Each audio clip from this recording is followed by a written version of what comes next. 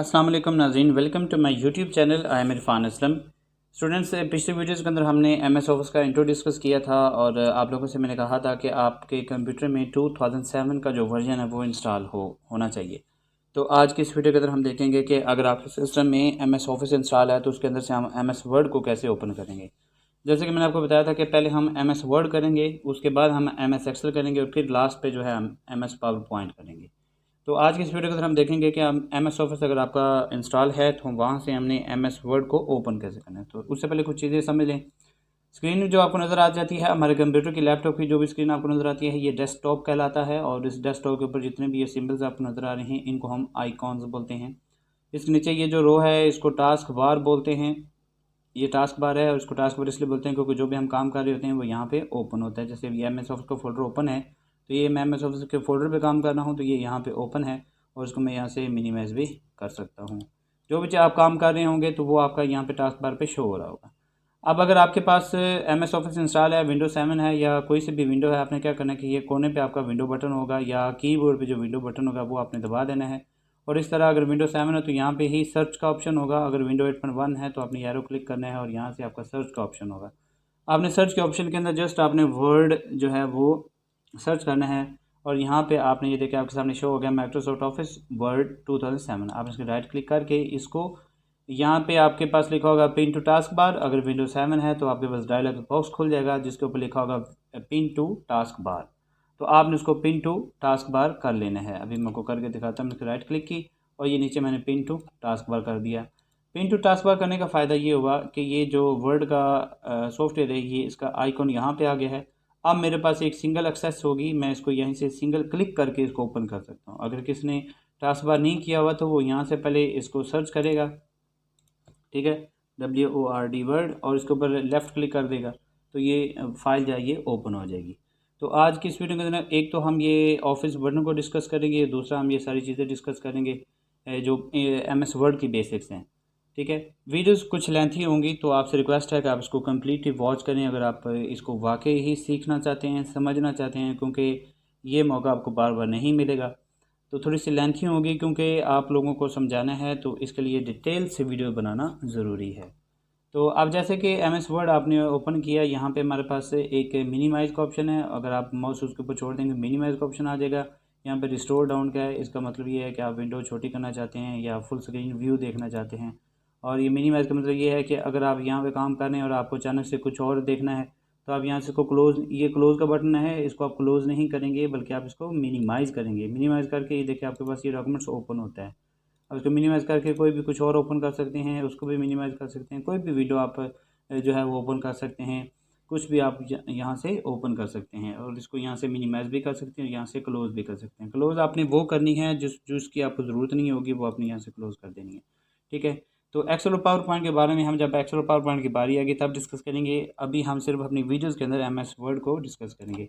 अब जब आपने MS वर्ड की ये फ़ाइल ओपन की तो ये जो फाइल हमारे पास ओपन होती है इसको हम डॉक्यूमेंट बोलते हैं। जैसे कि आपके सामने है डॉक्यूमेंट नंबर 1। तो ये जो फाइल होती है इसको ये सेव नहीं होती, हम इसको सेव करते हैं सबसे पहले और फिर इसके ऊपर काम करते हैं। सेव इसलिए करते हैं क्योंकि फॉर एग्जांपल अगर आपने इसके ऊपर काम किया है, अगर आपने इसके ऊपर काम किया है और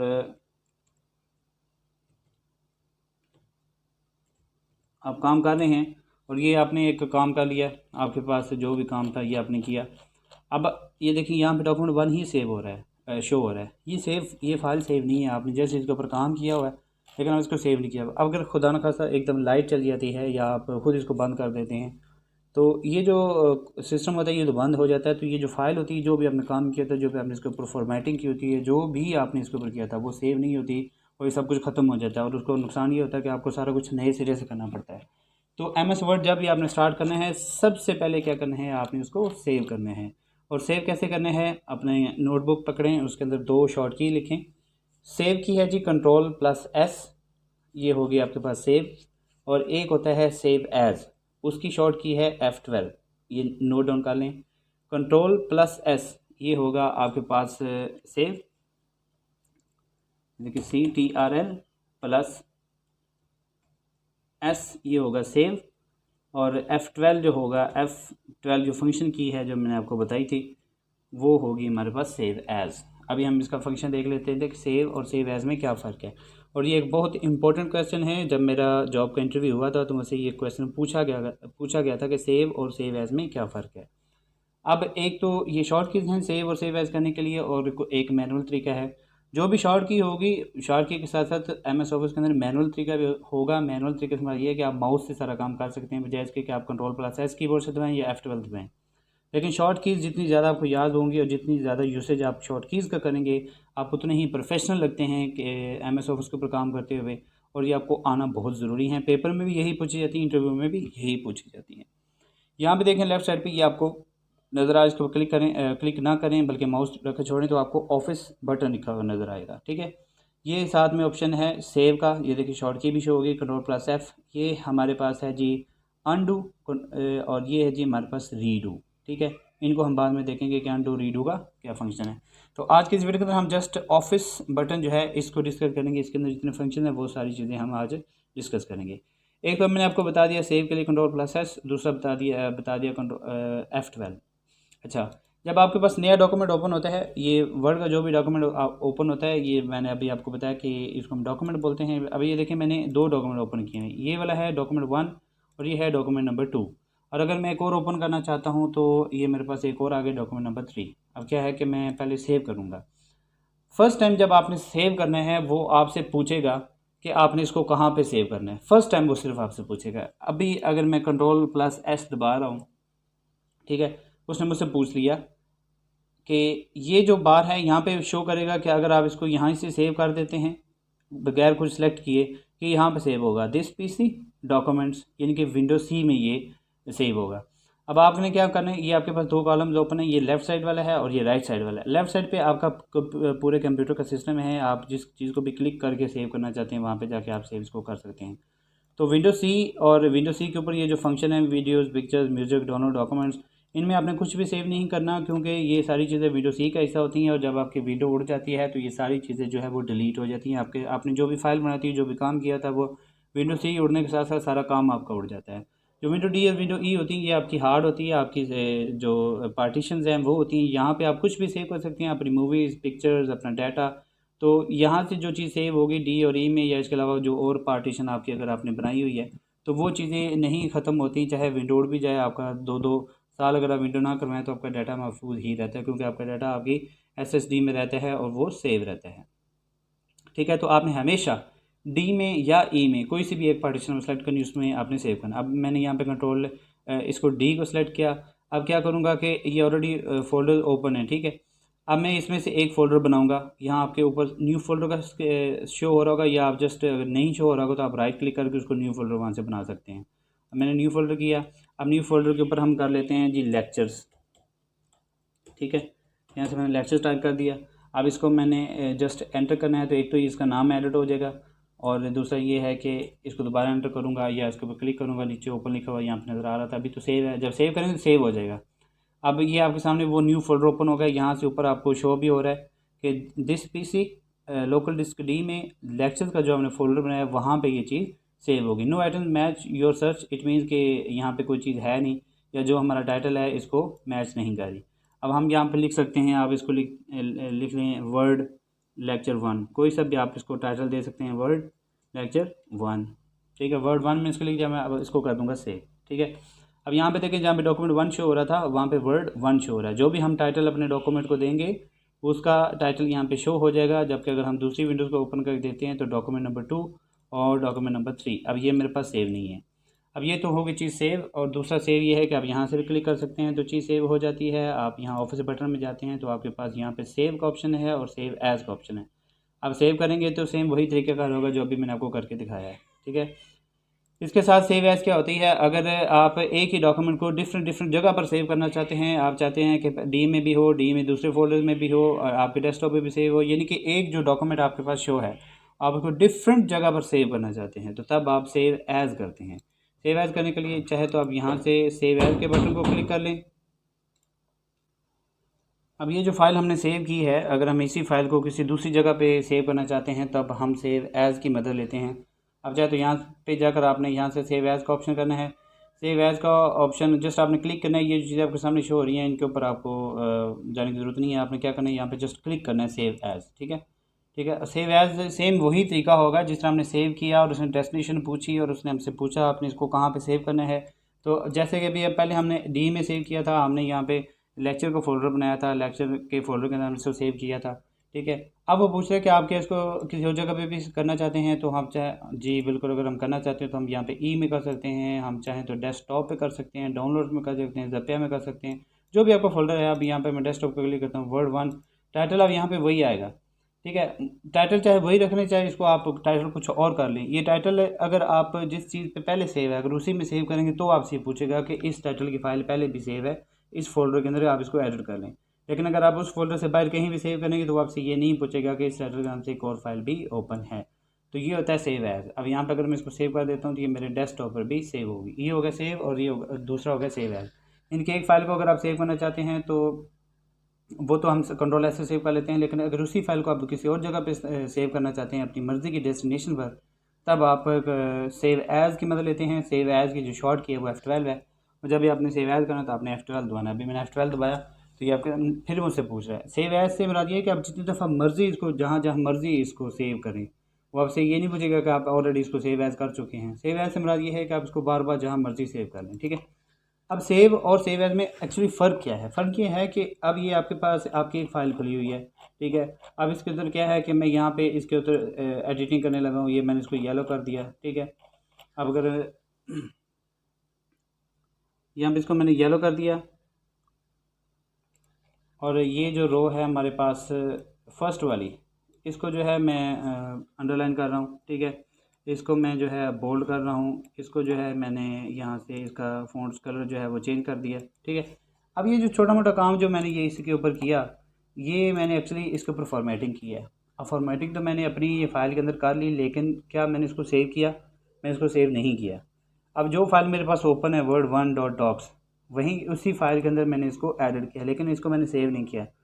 अब सेव और सेव एज़ का फ़र्क अब यहाँ पे नजर आएगा। अगर मैं इसको करता हूँ सेव, तो जो फाइल मेरी पहले खुली हुई है, ये जो मैंने चेंजिंग्स की, जो भी फॉर्मेटिंग की, ये इसी फाइल के अंदर ही सेव हो जाएगा। ये मुझसे अलग से नहीं पूछेगा कि आप इसकी अलग फाइल बनाना चाहते हैं या नहीं, क्योंकि जो मेरी फ़ाइल बनी हुई है उसी फाइल के अंदर ही मैं इसको सेव करूँगा। तो इसको मैं कंट्रोल एस करता हूँ। ये देखिए यहाँ पे आपको शो हुआ होगा। अभी मैं इसको दोबारा आपको दिखाता हूँ। ठीक है, अब यहाँ पे देखिएगा ज़रा। अब जब मैं कंट्रोल एस दबाऊँगा तो वो कह रहा है word is saving your file. ये जो भी फॉर्मेटिंग थी, जो भी एडिटिंग थी, ये मैंने यहाँ पे सेव कर ली। और सेव एज का मतलब ये होगा कि अब अगर आप इसको अलग एक और फाइल इसकी बनाना चाहते हैं, ठीक है, तो आप F12 दबाएंगे तो ये आपसे पूछेगा कि आप इसको कहाँ सेव करना चाहते हैं। तो कंट्रोल एस ये बहुत ज़रूरी है जब भी आप ऑफिस में काम करें। वर्ड के ऊपर जब भी आपने काम करना है, चाहे आपने एक लेटर टाइप किया या 2 लेटर टाइप किए, आपने फ़ौरन उसके साथ ही कंट्रोल एस दबा देना होता है। ठीक है, अब यहाँ पे मैं नाम लिख रहा हूँ इरफान, और इरफान के साथ ही मैंने कंट्रोल एस दबा देना है। क्यों? क्योंकि अगर मैं फॉर एग्जांपल ये मैंने एडिटिंग की हुई है, बहुत सारी एडिटिंग की, मेरे पास 200-300 पेजेस हैं या 10-15 पेजेस हैं, मैंने एडिटिंग कर ली है। ठीक है, लेकिन इसको मैंने सेव नहीं किया, और एकदम जैसे मैंने आपको बताया था कि अगर वो क्या कहते हैं लाइट चली जाती है, सिस्टम ऑफ हो जाता है, तो फिर क्या होगा? फिर ये होगा कि ये एडिटिंग कुछ भी नहीं होगी, और जो आपकी फ़ाइल पहले जिस हालत में होगी उसी हालत में होगी। अब ये मैंने थोड़ा सा काम किया, इस काम को करते साथ ही मैंने कंट्रोल एस दबा दिया। ठीक है, ये हो गया सेव और सेव एज़। थोड़ा सा डिटेल में इसलिए बताया ताकि आपको दोबारा किसी से पूछने की ज़रूरत ना पड़े। तो सेव का मकसद ये होता है किसी भी फाइल को सेव करना, और सेव एज़ का मतलब ये होता है कि एक ही फाइल को किसी दूसरी जगह पर सेव करना, या किसी तीसरी या जितनी भी जगह पर आप इसको सेव करना चाहते हैं। अब अगर हम बात करते हैं विंडो बटन की, विंडो बटन को अगर हम क्लिक करते हैं तो हमारे पास सबसे पहले जो ऑप्शन है न्यू का ऑप्शन है। न्यू से मुराद ये है, अब आपने शॉर्ट की इसकी नोट करनी है। न्यू से मुराद ये है कि ये इसके ऊपर आप काम कर रहे हैं। ठीक है, यहाँ पे अब आप बना रहे हैं जी, फॉर एग्जांपल आप यहाँ पे एप्लीकेशन टाइप कर रहे हैं, जबकि आप कहते हैं कि यार इसके साथ साथ मैं लेटर भी टाइप कर लूँ, इसके साथ साथ मैं एक कॉलम भी बना लूँ, इसके साथ साथ मैं एक CV भी बना लूँ। तो क्या करते हैं कि हम अलग अलग फ़ाइल बनाते हैं। अब लेटर की फ़ाइल अलग होगी, CV की फ़ाइल अलग होगी, एप्लीकेशन की फ़ाइल अलग होगी। ऐसा नहीं होगा कि आप इधर लेटर टाइप कर लें और नीचे CV टाइप कर लें, उसके नीचे जो है वो नोटिंग टाइप कर लें।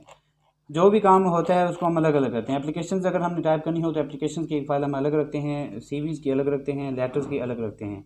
अब अगर आप एप्लीकेशन बनाना चाहते हैं, अब ये फॉर एग्जांपल ये अगर आपका लेटर है और आप एक अलग से फ़ाइल विंडो ओपन करना चाहते हैं डॉक्यूमेंट एप्लीकेशंस के लिए, तो उसके लिए आप क्या करेंगे, यहाँ से क्लिक करेंगे न्यू से जैसे कि अब ये शो हो रहा है सिंबल, न्यू पेज ओपन होगा।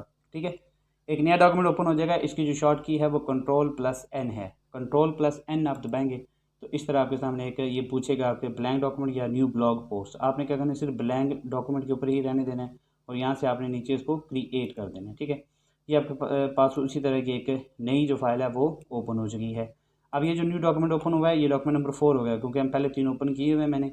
अब इसको भी हम सेव करेंगे। फॉर एग्जांपल अगर हमने इसको एप्लीकेशन से लिखना है तो हम Ctrl+S करेंगे। अब ये वाला डॉक्यूमेंट है, इसको भी आपको सेव करना होगा, क्योंकि जो भी आप नया डॉक्यूमेंट आप बनाएंगे आपने उसको सेव करना है और आपने जो टाइटल देना है वो टाइटल यहाँ से देकर जहाँ पे आपने सेव करना है उसी तरह आपने यहाँ से सेव कर लेना है। ठीक है, फिर उसके अंदर जो भी एडिटिंग होगी वो आपको आपने Ctrl+S उसको अंदर बार बार करते जाना है। अब अलग अलग फाइल हम इसलिए बनाते हैं क्योंकि अब अगर हमने 10 एप्लीकेशन टाइप करनी है तो हम जस्ट एप्लीकेशन की फ़ाइल ओपन करते हैं, उसके नीचे एप्लीकेशन को जो है इस तरह ये जो डॉक्यूमेंट हमने खोला हुआ है, अगर किसी की एप्लीकेशन लिखी है तो हम उसके एप्लीकेशन को कॉपी कर लेते हैं। कॉपी करके नीचे जो लास्ट पेज है उसका नया पेज बनाते हैं, उसके ऊपर पेस्ट करके उसके ऊपर जो है वो हम एडिटिंग करते हैं और वो चीज़ फिर हम Ctrl+S करते हैं तो एप्लीकेशन वाली फ़ाइल में ही सेव हो जाती है। इस तरह लेटर्स वाली फ़ाइल के अंदर लेटर्स को एडिट करते हैं, इसलिए हम अलग अलग फाइल्स बनाते हैं। ये होगा जी, ये आगे ऐसा जब हम प्रैक्टिकल करेंगे तो आपको ये चीज़ें समझ आ जाएंगी। ये न्यू डॉक्यूमेंट है जी, न्यू डॉक्यूमेंट मैंने आपको बता दी, इसकी शॉर्ट की है Ctrl+New। इसके साथ अगर हम ओपन की बात करें Ctrl+O। Ctrl+O ये है जी ओपन की शॉर्ट की, इसको भी लिख लें Ctrl+O। ओपन का फ़ायदा ये होता है कि पहले से अगर कोई फाइल आपके सिस्टम में मौजूद है तो आप उसको ओपन करेंगे। ठीक है, अब ये देखें, ये मेरे पास फॉर एग्जांपल एक फ़ाइल ओपन है जिसका टाइटल दिया था Word.1, लेकिन यहाँ पे मैं देखना एक और पहले से जो कंप्यूटर में मौजूद हो फाइल, वो फाइल पहले से वर्ड डॉक्यूमेंट सेव होता है। तो अब जब मैं उसको ओपन करना चाहता हूँ तो मुझसे पूछता है कि आपने वो फ़ाइल कहाँ से उठानी है। अब अगर मैं डेस्कटॉप को क्लिक करता हूँ, डेस्कटॉप के ऊपर जाऊँगा, कोई सी भी, जैसे अभी मेरे पास PR1121 है। अब ये फ़ाइल वर्ड की ऑलरेडी सेव है। अगर मैं इसको ओपन करना चाहता हूँ, मैं डबल क्लिक करता हूँ या नीचे से ओपन पे क्लिक करता हूँ तो ये आपके सामने ये फ़ाइल ओपन होगी। ठीक है, ये होती है Ctrl+O और ये एक नई फ़ाइल बनती है। मतलब ये देखिए एक नया डॉक्यूमेंट ओपन होता है। ये डॉक्यूमेंट Word1 है, डॉक्यूमेंट 2, डॉक्यूमेंट 3, डॉक्यूमेंट 4 और PR11 जो अभी हमने ओपन किया। अब इसको हम क्लोज़ कर देते हैं यहाँ से। ठीक है, तो ये हमारे पास 2 फाइल्स हैं। ठीक है, अब एक ये ओपन होगी, एक ये ओपन होगी। ये होता है Ctrl+O और नीचे है सेव एज़ और उसके बाद है जी प्रिंट। यानी कि आपने अगर प्रिंट देना है अपने डॉक्यूमेंट को तो Ctrl+P आप दबाएंगे प्रिंट के लिए। Ctrl+P ये इसकी शॉर्ट की है, इसको नोट कर लें, Ctrl+P, या यहाँ से जाके आप जस्ट क्लिक कर लेंगे। क्लिक करते के साथ आपके पास ये 3 ऑप्शन होते हैं। प्रिंट, यानी कि जब आप प्रिंट के ऊपर क्लिक करते हैं, अगर आपका प्रिंटर अटैच है वो आपसे पूछेगा कि कौन सा प्रिंटर है। ठीक है, यहाँ से आपने कौन सा प्रिंटर सेलेक्ट करना है, यहाँ से आपने इसकी प्रॉपर्टी सेलेक्ट करनी है। प्रिंटर के लिए जब प्रिंटर अटैच हो जाता है फिर इस चीज़ के ऊपर आपका काम नहीं होता। प्रिंटर अटैच करने के लिए हम यहाँ इस फंक्शन को काम करते हैं। उसके नीचे आ जाता है पेज रेंज। पेज रेंज के ऊपर जी ऑल पेज या फिर करंट पेज या फिर पेजेस। ठीक है, या फिर आप सिलेक्शन कर लें। ठीक है, ये आपके पास आ जाती है पेज रेंज। पेज रेंज में all page, current page, pages. अब ये जो 3 चीज़ें हैं बहुत इंपॉर्टेंट है, क्योंकि ये मैंने भी गलती की है। पेज ऑल, जब आप ऑफिस में जाते हैं ना तो ऑफिस के अंदर पहले से फाइल बनी होती है। अगर कोई लेटर या एप्लीकेशन बनी हो ना, पहले से वो हज़ारों पेजेस के अंदर फाइल बनी होती है। अब आप उसमें से एक पेज के ऊपर जाके एडिटिंग करते हो, वो कहते हैं जी इस पेज का ऊपर आपने एक एप्लीकेशन बनानी है, वो कहते हैं प्रिंट दे दें। अब आप क्या करते हैं, आप Ctrl+P दबाते हैं और यहाँ से ओके कर देते हैं। वो जितने पेज होते हैं सबका प्रिंट आना शुरू हो जाता है। और ये मैंने खुद भी जब मैं नया नया लगा था तो मैंने भी ऐसे ही किया था। वो सारे पेज आना शुरू हो गए थे। उन्होंने मुझसे पूछा था कि आपको पता नहीं है कि करंट पेज करते हैं या पेज सेलेक्ट करके करते हैं। तो ऑल तब हम करते हैं जब आपको सारे पेज चाहिए हो। लेकिन अगर आप करंट पेज के ऊपर हैं, यानी कि अभी ये देखें, इसको मैंने क्लोज़ किया। अब ये पेज यहाँ पे मैंने एडिटिंग कर दी है, लेकिन इसके नीचे और पेजेस है और यहाँ पे वर्ड टोटल शो हो रहे हैं। ये लेफ्ट साइड पे कि 6159 इसके अंदर वर्ड्स हैं और ये पेज कितने हैं, 11 पेज हैं। अब इसमें से मुझे पेज नंबर 2 का प्रिंट चाहिए। ठीक है, अब मैंने इसके ऊपर क्लिक किया। अब यहाँ देखें पेज 3 ऑफ 11 शो हो रहा है। अब मुझे पेज नंबर 3 का या पेज 1 का जो है वो प्रिंट चाहिए। अब क्या करूँगा, पेज 1 के ऊपर मैं क्लिक करूँगा और फिर उसके बाद मैं Ctrl+P दबाऊँगा। ठीक है, या फिर मैं यहाँ विंडो बटन में जाऊँगा और यहाँ से मैं प्रिंट के, अगर मैं इसको प्रिंट यहीं से कर दूंगा तो वो डायरेक्ट वो प्रिंट का ऑप्शन आ जाता है। लेकिन अगर आप फर्दर जाते हैं तो यहाँ पे प्रिंट पे अगर क्लिक करता हूँ तो मुझसे पूछेगा कि all page, current page, pages. अब मुझे चूँकि एक पेज चाहिए तो मैं क्या करूँगा, करंट पेज करूँगा। और करंट पेज की जो शॉर्ट की है वो Alt+E है। इसको नोट डाउन कर लें, इसका बहुत ज़्यादा इस्तेमाल होता है ऑफिस के अंदर। Alt+E करंट पेज होगा। Alt+E के लिए हम करंट पेज करेंगे। ठीक है, तो हमारा जो करंट पेज होगा जिसके ऊपर हमारा कर्सर या माउस क्लिक कर रहा होगा वो प्रिंट आ जाएगा। फिर कहते हैं जी पेजेस। अब चूँकि यहाँ पे 11 पेजेस हैं लेकिन आप चाहते हैं कि यार 4 से लेकर 6 तक पेजेस आ जाएँ, तो आप क्या करेंगे, यहाँ पे 4 लिखेंगे, डैश लगाएंगे और 6 लिखेंगे, ठीक है। और अगर आप ये चाहते हैं कि 4, 6 और 9 का पेज है, 4 से 6 का अगर पेज चाहिए तो अब यहाँ से जस्ट ओके करेंगे, 4 से लेकर 6 तक का पेज प्रिंट आ जाएगा। अगर आप चाहते हैं 4, 6 और 9 और 10 का है तो कॉमा लगाएंगे, फिर 9 दबाएंगे, ठीक है, और फिर यहाँ से आप ओके कर देंगे।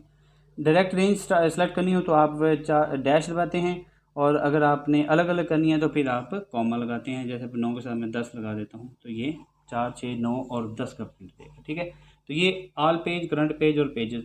और फिर यहाँ पे नंबर ऑफ़ कॉपीज़ हैं कि अपना एक ही पेज जिसका प्रिंट चाहिए कि कितनी कॉपीज़ हैं, वो ऊपर करते जाएंगे तो ज़्यादा होती जाएंगी, नीचे करते जाएंगे तो ज़्यादा होते जाएंगी। बाद का जब आप प्रिंट निकालते हैं आपको बॉस कह देता है कि इसकी 3 कॉपी निकालें, तो आप यहाँ से उसको 3 सेलेक्ट कर लेंगे, ठीक है।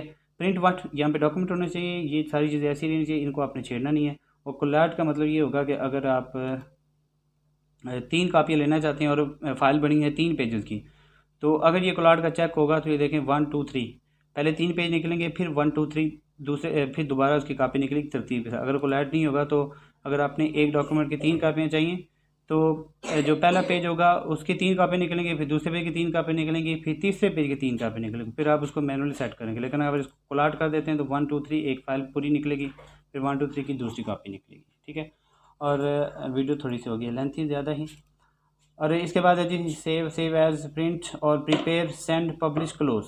ये चीज़ें हमने नहीं डिस्कस करनी, हमने करना है क्लोज़ को डिस्कस। क्लोज़ से मुराद ये है कि जो विंडो आप बना रहे हैं ये क्लोज़ हो जाएगी। क्लोज़ करने के लिए यहाँ से इस क्रॉस का भी लेते हैं मदद, और दूसरा विंडो क्लोज़ करने का या कोई भी फंक्शन क्लोज़ करने की जो शॉर्ट की है Alt+F4 है, इसको भी आप नोट डाउन कर लें।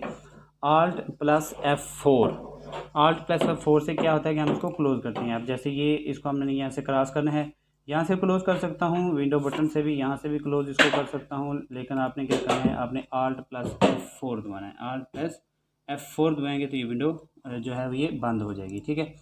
अब अगर क्लोज़ करते हैं तो क्लोज़ यहाँ से भी क्लोज़ होगी, Alt+F4 दबाते हैं तो वो आपकी विंडो क्लोज़ हो जाएगी।